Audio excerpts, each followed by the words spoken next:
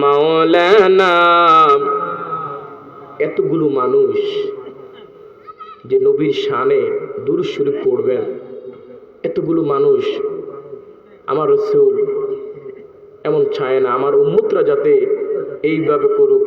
আপনি যদি রাসূলের শানে যদি মহাব্বতে যদি একবার দুরূদ পড়েন, আমার আল্লাহ সুবহানাহু ওয়া তাআলা আপনার আপনার প্রতি 10টা রহমতের দরজা খুলে দিবে। চিৎকার দিয়ে বলেন সুবহানাল্লাহ। আরো জবান দিয়ে বলেন ইয়া রাসূলুল্লাহ। এবং আপনার শরীরের আপনার জীবনে যে যত গুনাহ করেছেন 10টা গুনাহ কেটে দিবে। এই গুনাহটারে নেকি দিয়ে বৃদ্ধি করে আপনার আমল নামে দিয়ে দিবে। চিৎকার দিয়ে বলেন সুবহানাল্লাহ। একটু মুহাব্বতে পড়েন আল্লাহুম্মা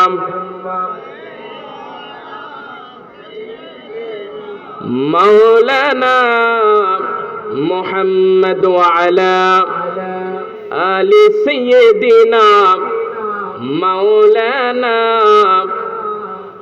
আলহামদুলিল্লাহ, আমরা মহান মুনিবের দরবারে লাখো শুকর যে আল্লাহ সুবহানাহু ওয়া তাআলা আমাদেরকে আজকের এই জান্নাতের বাগানে আসার বসার তৌফিক দিয়েছেন। আমরা উচ্চ আওয়াজে বলি আলহামদুলিল্লাহ। লক্ষ কোটি দুরূদ সালাম ওই নবীজি পাক যাকে না বানাইলে আসমান জমিন লৌহ কলম বাবা আদম থেকে এ পর্যন্ত যত নবী রাসূল পয়গম্বর যত মানুষ আল্লাহ তাআলা সৃষ্টি করেছেন, একমাত্র আমার নবীজির কারণেই আমার আল্লাহ সুবহানাহু ওয়া তাআলা সব সৃষ্টি করেছেন। আমরা ওই নবী পাকের উপর একবার বলি সাল্লাল্লাহু আলাইহি ওয়াসাল্লাম। আমি লম্বা না করে ভূমিকা না যে আমি আলোচনা শুরু করছি। আমি আপনাদের সামনে আজকে যে বিষয় নিয়ে আলোচনা করব সেটা হচ্ছে দ্বীনের রাস্তায় দান সদকা করা। কোন রাস্তায়? একটু জবান দিয়ে বলে কোন রাস্তায়? এই দ্বীনের রাস্তায় দান সদকা করতে যায় আমার আল্লাহ এই বিষয় নিয়ে কি বলতেছেন, কি সুন্দরে কোরআন কারিমে আমার আল্লাহ ওয়াজ করেন, আমার আল্লাহ তাআলা মেসেজ দেন। বিসমিল্লাহির রাহমানির রাহিম। লান তানালুর বিররা হাত্তা তুনফিকু মিম্মা তুহিব্বুন। আমার আল্লাহ সুবহানাহু ওয়া তাআলা ডাক দি বলেন, হে মুমিনরা, হে ঈমানদারেরা, হে বিশ্বাসীরা, তোমরা পুরাপুরি নেকি সওয়াব পাবে না যতক্ষণ না নিজের যে জিনিসটা তোমরা পছন্দ করো ওই জিনিসটা যদি মানুষদেরকে যদি দান সদকা করো তাহলে তোমরা পুরাপুরি নেকির সওয়াব পেয়ে যাবে। চিৎকার দিয়া বলেন সুবহানাল্লাহ। এটার মানে আপনারা অনেকে হয়তো বুঝতেছে না। আপনার মনে করেন আমার হাতে মনে করেন একটা ঘড়ি, এই ঘড়ির দাম হচ্ছে 1500 টাকা, দাম অনেক বেশি। হঠাৎ আমি নিজে হাজীগুন বাজারে যখন যাই একটা ঘড়ি আমি কিনেছি 3000 টাকার দামে। এখন আমার হাতের মধ্যে যে ঘড়িটা আছে এই ঘড়িটার দাম হচ্ছে 1500 টাকা। কত টাকা? একটু জবান দিয়ে বলেন কত টাকা? এই 1500 টাকা ঘড়ি। কিন্তু আমি হাজীগুন বাজারে যাই একটা ঘড়ি কিনলাম 3000 টাকা দিয়ে। এই 3000 টাকা দিয়ে যখন ঘড়ি কিনলাম আমি কি করি, এই ঘড়িটা একটা গরিব মিসকিনদেরকে আমি এই ঘড়িটা দিয়ে দিলাম। আল্লাহ বলছে না না, তুমি যেই জিনিসটা তুমি নিজে পছন্দ করে যেটা তুমি কিনো, তোমার কাছে যেটা তোমার সবচেয়ে পছন্দ ওই জিনিসটা তুমি মানুষের কাছে পৌঁছে দিবা, মানুষকে তুমি সহযোগিতা করবা, তাহলে তুমি পুরাপুরি নেকি পাওয়া যাইবা, তুমি পুরাপুরি নেকি পাবে। কিন্তু এরপর যেটা তোমার পুরান গরিব, এই গরিবটা আমরা কি মনে করি, এই গরিবটা আমি একজন গরিবদেরকে দিয়া দিলাম আর আমি নতুন গরিবটা নিয়ে হাতে রাখলাম, তাহলে আমি কখনো পুরা নেক সওয়াব পাবো না। বেশিরভাগ মুরব্বীরা মনে করেন তাদের ছেলে সন্তান বিদেশের মাটিতে থাকে, বিদেশে অনেক টাকা ইনকাম করে, বাবারা কত শখ করে বাবার জন্য জামা কাপড় কিনে অনেক টাকা বুঝে বিদেশ থেকে পাঠায়।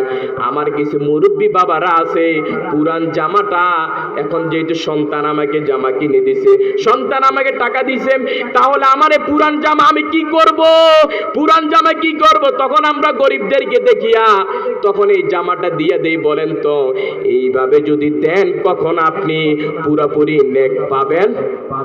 আপনি যে জামাটা আপনার নিজের পছন্দ এরকম সেম আপনি একটা জামা দিবেন, আপনি সদকা করবেন, টাকা দিবেন, পয়সা দিবেন, একটা মানুষ অসহায়ের মধ্যে আছে, যাতে করে আমি পুরোপুরি নেক পেতে পারি। কথা বলেন ঠিক কিনা? একটু জবান দিয়ে বলে ঠিক কিনা? আমরা যেইভাবে দান সদকা করতেছি, যেইভাবে দিনের রাস্তা দান সদকা করতেছি, একটু নিজে চিন্তা করেন, পৃথিবীর মধ্যে 100 ভাগের 10% মানুষের দান সদকা কবুল হতে পারে, কিন্তু 90% কেন দিয়েছে হুজুর? আপনি যদি 99 দেন, 100 দেন, তাহলে তো আমরা যে দান সদকা করতেছি এটা কি কবুল হয় না? কারণ কিছু মানুষ আছে তারা দান সদকা করে অতি সুন্দরে এমন ভাবে দেন যাতে আল্লাহ সুবহানাহু ওয়া তাআলা তার দানের সদকাটা কবুল করে। জোরে বলেন না সুবহানাল্লাহ। আমাদের সমাজে দানের মধ্যে দিচ্ছি কি, একটা ছবি উঠাই, এলাকার যিনি নেতা খেতাম, যাদেরকে আমরা টপ লেভেলের বড় একজন মানুষ বলি, যাকে আমরা নেতা বলি, যাকে আমরা সম্মান করি, ইজ্জত দেই, যাকে আমরা এত প্রদর্শন দেখাই, তার সম্পর্কে বলতে চাইলে তিনি যখন হয়তো টাকা পয়সা হয়েছে, মানুষ তাকে সালাম দেয়, স্বাগতম জানায়, তিনি অনেক ভালো মানুষ, কিন্তু আপনি তথ্য নিয়ে দেখেন ওই লোকটা নামাজ পড়ে কি না? পড়ে না, কিন্তু লোকটা দান সদকা করে। কেন? তাকে মানুষ সম্মান করবে, ইজ্জত করবে, তাকে মানুষ সালাম দিবে। কথা বলে ঠিক কিনা? কিন্তু না বাবা, এইভাবে দান সদকা করলে আল্লাহর দরবারে কবুল হবে। আপনি এমন ভাবে দান সদকা করবেন, আল্লাহ তাআলা যাতে খুশি হয়, আল্লাহ সন্তুষ্টির জন্য আপনি দান সদকা করবেন। আমার আল্লাহ তাআলা এরপরে কোরআনুল কারীমে মেসেজ করেন, ইন্নামা নুতঈমুকুম লিওয়াজহিল্লাহি লা নুরিদু মিনকুম জাযাআও ওয়ালা শুকুরা। জোরে বলেন সুবহানাল্লাহ। মুমিনগণ দান সদকা করতে গিয়ে বলে থাকেন, আমি একমাত্র দান সদকা করেছি আল্লাহর জন্য। কোন মুমিন, এখানে আল্লাহ তাআলা কাফেরদের কথা বলতে পারতো, কিন্তু না, আল্লাহ কাফেরদের কথা বলে না। এখানে আল্লাহ সুবহানাহু ওয়া তাআলা মুনাফিকের কথা বলতে পারতো, আল্লাহ কিন্তু মুনাফিকের কথা বলে না। আল্লাহ তাআলা বলতে পারতো ইহুদির কথা, আল্লাহ বলে না। আল্লাহ অনেক মানুষের কথা বলতে পারতো, আল্লাহ ডাইরেক্ট বলেছেন আমার ইমানদার যারা যারা আল্লাহর প্রেমিক, যারা নবী প্রেমিক, যারা ওলি প্রেমিক, যারা আল্লাহকে ভয় করে, এদেরকে আমার আল্লাহ তাআলা বলেন এরা যখন দান সদকা করবে তখন তারা গরিবদেরকে বলবে যে আমি তোমাকে দান সদকা করেছি একমাত্র আমি মালিককে খুশি করার জন্য। জবান দিয়া বলেন সুবহানাল্লাহ। আরো জোরে বলেন না সুবহানাল্লাহ। যখন আপনি দান সদকা করবেন তখন আপনার চিন্তা থাকতে হবে কি, সন্তুষ্টিকার আমার, এই সন্তুষ্টি একমাত্র আল্লাহর। কেন দিচ্ছি? আল্লাহ সন্তুষ্টির জন্য। আমরা কি মনে করি, একটা লোক গরিব অসহায়, তাকে আমি দান সদকা ঠিকই করি, কিন্তু তাকে দুদিন পর, আজকে মনে করেন আমি ওই মুরব্বীকে গরিবের কারণে আমি 10,000 টাকা দিলাম, দুদিন পরে তাকে আমি তার সাথে হয়তো কথাবার্তা উল্টা পাল্টা এরকম গালাগালি ভাবে হয়েছে, হঠাৎ আমি তাকে জিজ্ঞেস করলাম, কি ভাই আপনি গরিব ছিলেন, আমি আপনাকে 10,000 টাকা দান করলাম, বলেন তো এই দান আল্লাহর দরবারে কি কবুল হবে? একটু জবান দিয়ে হবে। আপনি তো তখনই দান করেছেন যে আমি তোমাকে একমাত্র কেবলমাত্র আল্লাহকে খুশি করার জন্য দান সদকা করেছি, ওখানে আপনার ফিনিশিং শেষ। কথা বলে ঠিক কিনা? ফিনিশিং শেষ না? কিন্তু আমরা কি মনে করি, আমাকে কোনো ভাই যদি 500 টাকা দান করে বা আমাকে দিছে, আমার বিপদটা সেরে গেছে, হয়তো বা কথাবার্তার মাধ্যমে 2 কথা হয়ে গেছে, আমরা মানুষকে দান সদকা করতে যাইলে আমরা মানুষকে খোটা দেই। এরকম খোটা দেওয়া ইমানের লক্ষণ। বন্ধুরা আমার আল্লাহ সুবহানাহু ওয়া তাআলা আরো অনেক মেসেজ জানাই দিয়েছেন। ওয়াজ করলেন আল্লাযীনা ইউনফিকুনা আমওয়ালাহুম ফি সাবিলিল্লাহ সুম্মা লা ইউতবিউনা মা আনফাকু মান্নান ওয়া লা আযাল্লাহুম আজরুহুম ইনদা রাব্বিহিম ওয়া লা খাউফুন আলাইহিম ওয়া লা হুম ইয়াহজানুন। জবান দিয়া বলুন আল্লাহু আকবার। যারা আল্লাহ দ্বীনের রাস্তায় দান করে, যারা আল্লাহ রাস্তায় দ্বীনের রাস্তায় দান করেন, মানুষকে কোনো প্রকার কষ্ট দেয় না, তাদের জন্য অনেক সওয়াব রয়েছে। তাদের কোনো চিন্তা নাই তারা দান সদকা করুক, কারণ আল্লাহর সন্তুষ্টির জন্য যারা দান সদকা করে এরা সবচেয়ে ভালো মানুষ, এটাই সর্বোত্তম ব্যক্তি। চিৎকারে দিয়ে বলেন সুবহানাল্লাহ। এরপর আমার মায়ের নবীজি হাদিসে মুবারকে ডাক দিয়ে বলেন, ওয়াকাল নবী সাল্লাল্লাহু আলাইহি ওয়াসাল্লাম আইয়ুল ইসলামি খায়রুন ক্বালা তুতঈমু তুআমা ওয়া তাকরাউ সালাম আলা মান আরাফতা ওয়া মান লাম তা'রিফ। মুত্তাফিক আলাইহি। জবান দিয়া বলুন ইয়া রাসূলুল্লাহ, আরো জবান দিয়া বলুন ইয়া রাসূলুল্লাহ।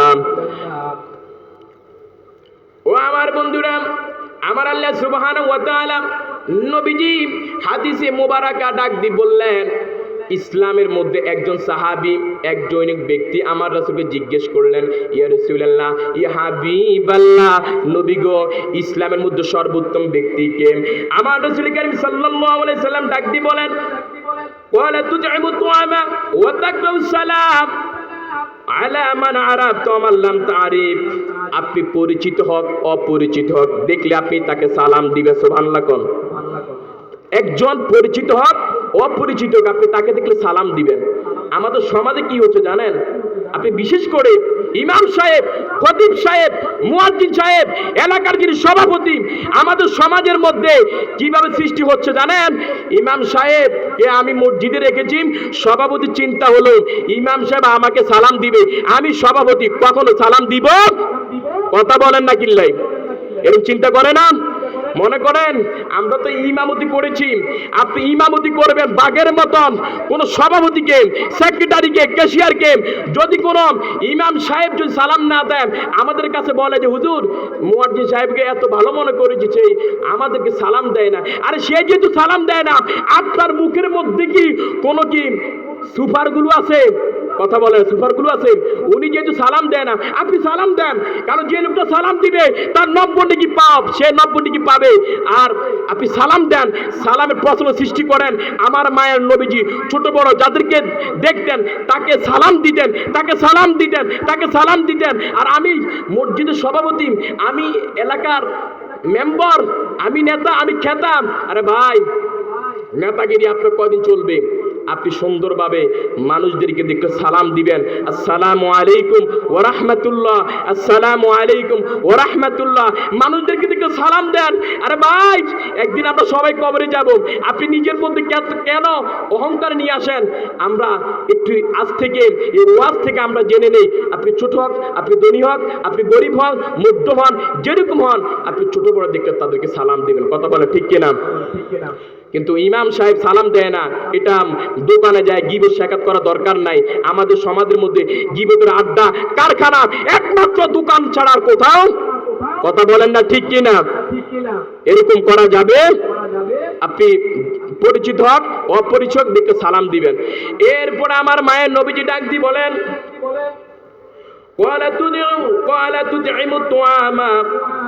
আপনি যদি গরিব বা কোনো মানুষ দেখেন, তাদেরকে দেখলে আপনি খাওয়াইবেন।